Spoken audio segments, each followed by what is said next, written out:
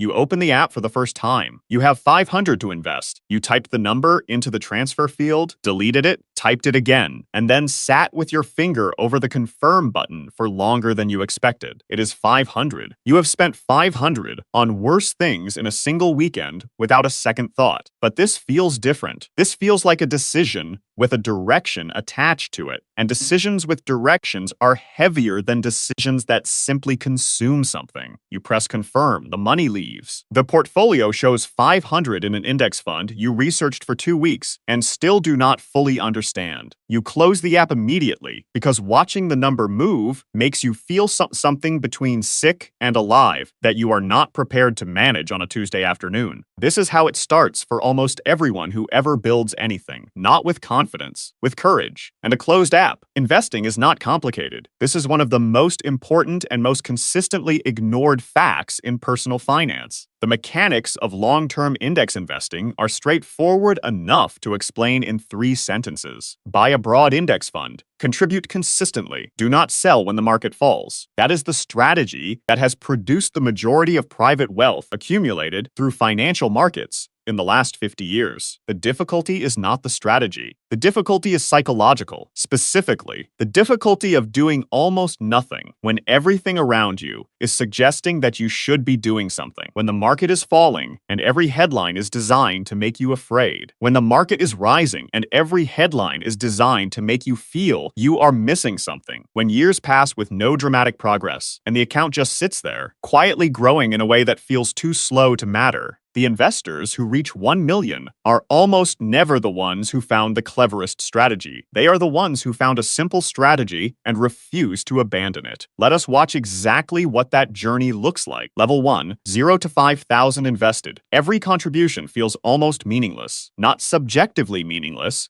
You are working hard for this money, and you know what it cost. But mathematically, at this portfolio size, the market's movement produces results that are difficult to feel. The market goes up 8% in a year. You have earned 160 on your initial 2,000. You could earn that in an afternoon of overtime. You could find that between the seat cushions of a generous universe. What exactly is the point of this? The point is not the 160. The point is the 2,000. And what happens to it over time if it is left alone? The point is the habit, the neural pathway being built between the moment income arrives and the moment a portion of it moves somewhere other than spending. The point is the identity slowly forming. This is someone who invests. That identity is the most valuable thing produced at level 1. Not the returns, not the portfolio balance, the identity. Because the identity is what makes every subsequent level possible. And it is built here at the unglamorous beginning when the numbers are too small to be motivating and the discipline required is real. The 5,000 is nearly worthless as a financial asset. It is nearly priceless as a behavioral commitment. Evidence that you are someone who does this, even when doing this, produces nothing visible. Level 2, 5,000 to 25,000 invested. The market drops 18% over 3 months. Your portfolio, which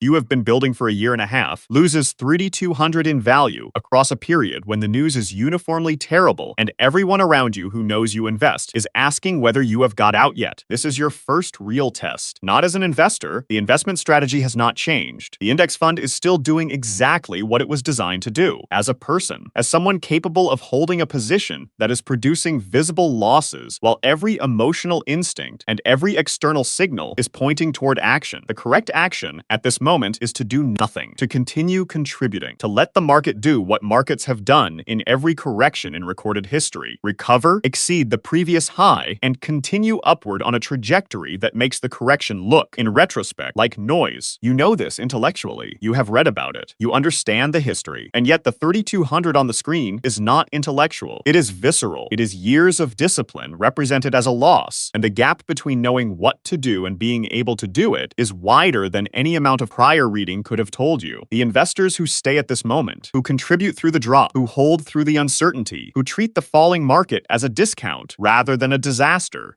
pass a test that the majority of retail investors fail, and having passed it once, they have demonstrated to themselves something about their capacity that changes how they approach every test that follows. Level 3, 25,000 to 75,000 invested. The growth starts to feel real, not dramatic. Nothing about long-term index investing is dramatic, which is both its primary weakness as a story and its primary strength as a strategy, but real, in the sense that the numbers are now large enough to move in ways that register. A 9% year on 50,000 is 4,500. That is a meaningful number, more than many people save in a month, generated without any additional contribution, without any active decision, simply by having been in the market and left the investment alone. You begin to understand compounding, not as a concept from a book, but as a lived experience, as the specific feeling of opening an account statement and seeing a number that grew not because you put money in, but because the money you had already put in grew. The money is beginning to participate in its own accumulation. The process is beginning to have momentum. The danger at this level is a form of impatience that is paradoxically produced by early success. The numbers are real enough now to make you want to optimize, to research individual stocks, sector ETFs, the specific funds that performed best last year. The temptation to do something more sophisticated than doing almost nothing is at its highest here, just as the almost nothing is beginning to produce results significant enough to protect. Level 4, 75,000 to 200,000, invested something fundamental shifts at this level, and it shifts in a way that is difficult to fully understand before you are inside it. Your portfolio grows more in a good year than you contribute from your salary. Let that land for a moment. The money you have already invested, money you earned through effort and discipline over years of contributing, is now generating more growth annually than the fresh contributions you are making from your current income. This is the crossover point. The moment at which wealth building stops being primarily a story about your labor and starts being primarily a story about your capital. You are still contributing. The contributions still matter, but the primary engine of your financial progress has shifted from what you earn to what you own. You did not do anything clever this year. You did not time the market. You did not find a better fund. You did not make a single active investment decision. You stayed invested. You kept contributing. You let time and compounding do what they do when they are left uninterrupted. And the market, which has rewarded this approach in every extended period in its history, rewarded it again. Level 5, 200,000 to 500,000, invested a 10% year, is now 20,000 to 50,000 of portfolio growth. Tax-free in the right structure, generated without arriving anywhere, managing anyone, attending any meeting, or making any decision more complicated than not selling. The lifestyle upgrade temptation arrives at this level with a force that is proportional to how long you have been deferring it. You have been contributing consistently for years. You have watched the account grow through corrections and recoveries and the slow accumulation of a number that is now large enough to feel genuinely life-changing. You have earned the upgrade. You have been patient. You have done the work. Here is what the upgrade actually costs at this portfolio level, expressed in the language that matters most. A 40,000 car purchase does not cost 40,000. It costs the growth that 40,000 would have produced inside the portfolio over the next 15 years. At 8% annual growth, that is approximately 127,000 in future portfolio value. You are not buying a car. You are trading 127,000 of future wealth for a car. This calculation does not mean the car is wrong. It means the car is expensive in a way the price tag does not capture. And knowing the real price, the full price, including the compounding you are foregoing, is the only way to make the decision honestly. Level 6, 500,000 to 1,000,000 invested. The final stretch to 1 million is psychologically the most turbulent part of the journey, which is counterintuitive enough that it is worth dwelling on. The numbers are finally large enough to feel genuinely significant. A 20% market correction, not unusual, not a crisis, just the kind of correction that has occurred multiple times in every decade of market history, would remove 100,000 to 200,000 from your portfolio. Not permanently, but visibly, immediately, and in a way that produces a specific kind of dread that smaller portfolios never triggered because the numbers were not large enough to feel real. The investors who cross 1 million are not the ones who found a way to avoid this volatility. They are the ones who understood, at a level deeper than intellectual understanding, that the volatility is the price of the return, that the corrections are not interruptions of the growth. They are part of the mechanism that produces it, that the discomfort of holding through a 20% drop is inseparable from the reward of being in the market when it recovers. The million arrives derivatives on a Wednesday. You are in the middle of something else when you notice it. There is no ceremony, no notification beyond the account balance, no external acknowledgement that anything has changed. But something has changed. And, sitting there with the number on the screen, exactly what produced it, and exactly what it would have cost you if you had sold in the correction 3 years ago and waited to feel comfortable before getting back in. The trap. The trap is the one word that sounds like intelligence and functions like destruction. The trap is activity. The investment industry, the funds, the platforms, the financial media, the analyst lists, the commentators, the endless parade of people with confident opinions about where the market is going is built on a single structural requirement: that you do something, that you respond, that you adjust, rebalance, rotate, optimize, protect, position, and generally remain in a state of active engagement with your portfolio that generates the transactions and the attention and the revenue that the industry requires to exist. The research on this is consistent, large in scale, and almost completely ignored. Investor returns are lower than market returns, on average, in direct proportion to how often investors trade. The more active the investor, the worse the outcome. Not because active investors are less intelligent, often the opposite, because the market does not reward the correct interpretation of information. It rewards as the absence of reaction to information that feels important, but is not. Switching to a fund that performed better last year. Moving to cash when the macroeconomic outlook feels uncertain. Rotating into a sector that analysts are recommending. Selling before what looks like a correction and buying back in after what looks like a recovery. Each of these feels like a reasonable, informed, adult response to available information. Each of them, in aggregate across all investors who make them, produces returns that are worse than simply staying in a broad index fund and doing nothing. The market does not reward intelligence. It does not reward research, or timing, or the correct identification of economic trends. It rewards one thing: the sustained refusal to interrupt compounding, the boring, unglamorous,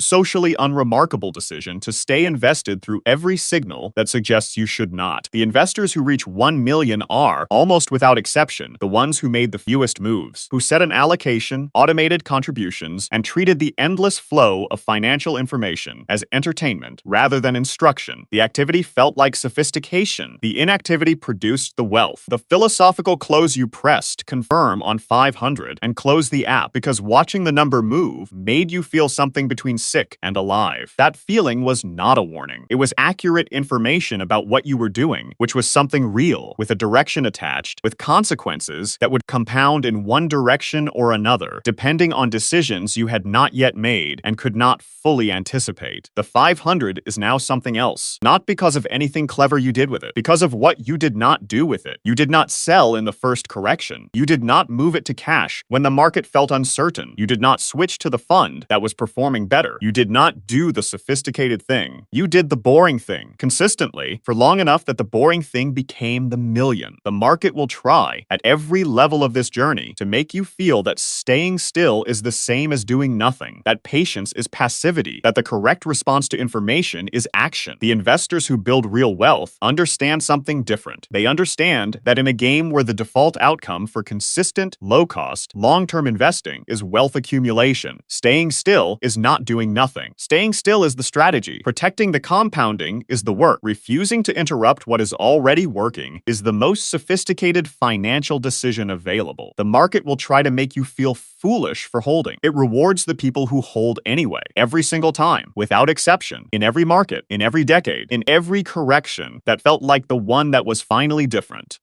Curious about how much wealth different professions can build?